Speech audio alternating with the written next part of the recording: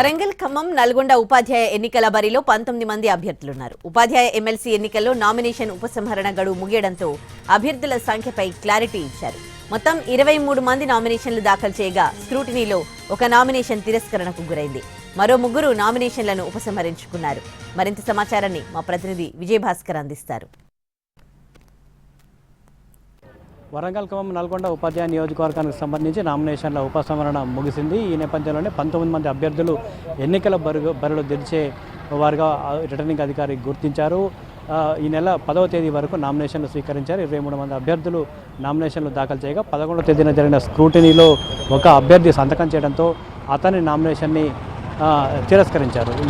ఈరోజు నామినేషన్ల ఉపసంహరణకు గడువు ఉండడంతో ఈరోజు మరొక 3 అభ్యర్థులు తమ నామినేషన్లను ఉపసంహరించుకున్నారు. 3 ఇండిపెండెంట్ అభ్యర్థులు నామినేషన్ను ఉపసంహరించుకోవడంతో ఎన్నికల బరిలో దిగే వారి సంఖ్య 19కి చేరింది. ఈ నేపథ్యంలోనే ఈ నెల 27వ తేదీన ఎన్నికలకు సంబంధించి అధికార యంత్రాంగం పూర్తిగా అప్రమత్తమైంది. మరి కాసేపట్లోనే పూర్తి స్థాయిలో బ్యాలెట్ నమూనాను విడుదల చేయనున్నారు. మొదట ఏ అభ్యర్థి ఉంటారో, రెండవ అభ్యర్థి ఏ విధంగా ఎవరు ఉంటారు అనే అంశానికి సంబంధించి ఒక బ్యాలెట్ నమూనాను కూడా మరి కాసేపట్లోనే ఎన్నికల రిటర్నింగ్ అధికారి విడుదల చేయనున్నారు. ఈ నెల 27వ తేదీన ఈ పోలింగ్ జరుగుతుంది. దీనికి సంబంధించి ఇప్పటికే ఎన్నికల అధికారులు ఎన్నికల విధుల్లో పాల్గొనే వారికి సంబంధించి ట్రైనింగ్ ప్రక్రియ అంతా కూడా పూర్తి చేస్తారు. మొత్తం నల్గొండ, ఖమ్మం, వరంగల్ 3 ఉమ్మడి జిల్లాల పరిధిలో ఉన్న 12 కొత్త జిల్లాల్లో ఈ పోలింగ్ ప్రక్రియ ఉంటుంది. మొత్తం 191 మండలాలలో 200 పోలింగ్ స్టేషన్లు ఏర్పాటు చేస్తారు. దీనికి సంబంధించి ఓటర్ల తుది జాబితాను కూడా విడుదల చేస్తారు. 25,797 మంది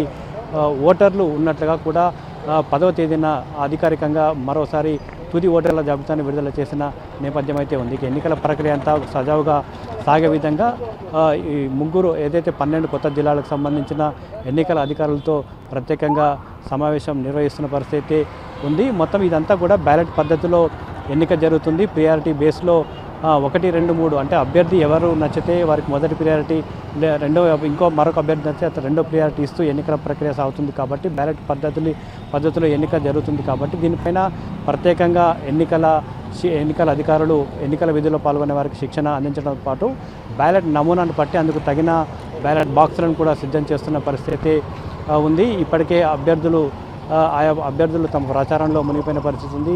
స్కూళ్ళలో ప్రచారం చేస్తున్నారు, ఇంటింటికి వెళ్ళి ప్రచారం చేస్తున్న పరిస్థితి చాలా స్పష్టంగా కనిపిస్తుంది. ముఖ్యంగా బీజేపీ పార్టీ నుంచి నరోత్తమ్ రెడ్డి అభ్యర్థి బరిలో ఉన్నారు. మరొక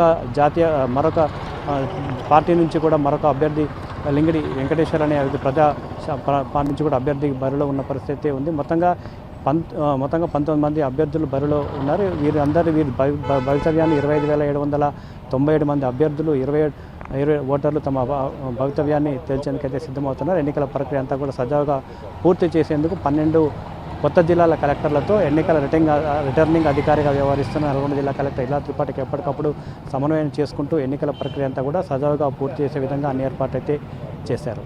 కెమెరామెన్ బాలుతో విజయభాస్కర్, NTV, నల్గొండ జిల్లా.